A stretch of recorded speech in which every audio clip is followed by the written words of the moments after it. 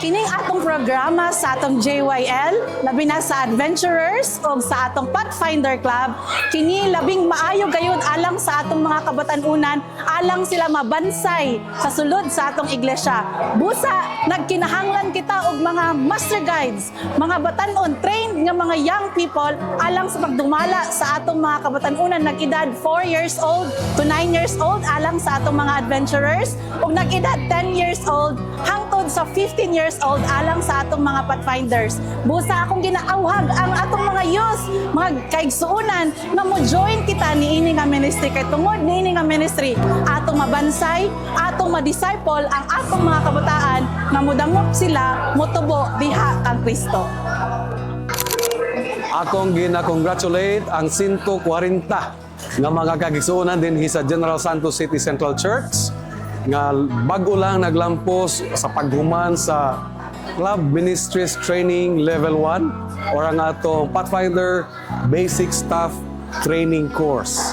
Ako gidasig ang matag usa, labaw na katong wala pa nakapil niini nga programa sa sunod higayon ug namo higayon. Apil ta niining buhat alang sa atong mga batanon pinaagi sa Junior Youth Ministries.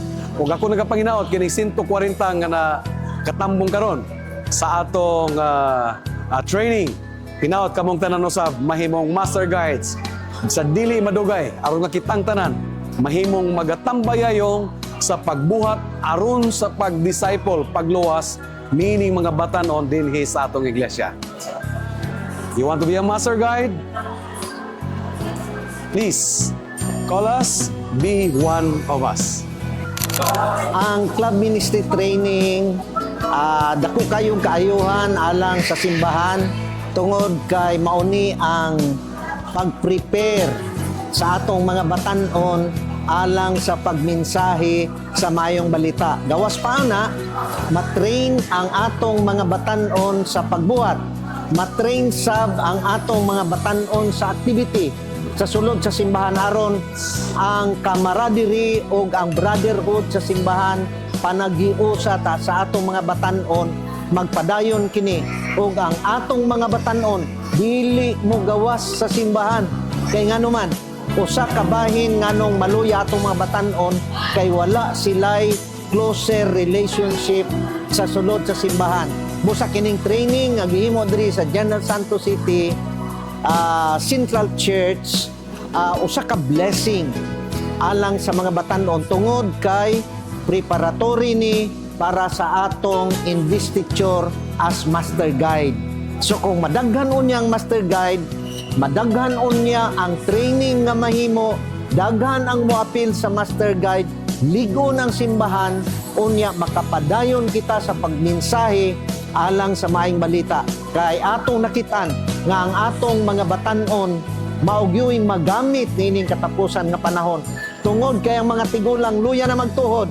So ang atong mga batanon mao ni galamiton ingon pa ni Sister White, ang atong mga batanon maoy magapadayon og magatapos sa buhat. Sa ato pa, ang atong mga batanon sulod sa iglesia maoy pag-asa ng simbahan. Pag-asa gini mga batanon nato. So nakatunan nato daghan kayong mga lektura karon nga adlaw bahin sa mga kabataan unsaon sila pag-training sa sulod sa balay nga mapuslan sila unya masanay na sila sa buluhaton o kinahanglan nga ato gyung ipakuyog atong mga batanon alang sa training sa atong adventurer, sa master guide o sa sulod sa iglesia mahimo nga ang atong mga batanon dili gyud mo gawas sa atong simbahan.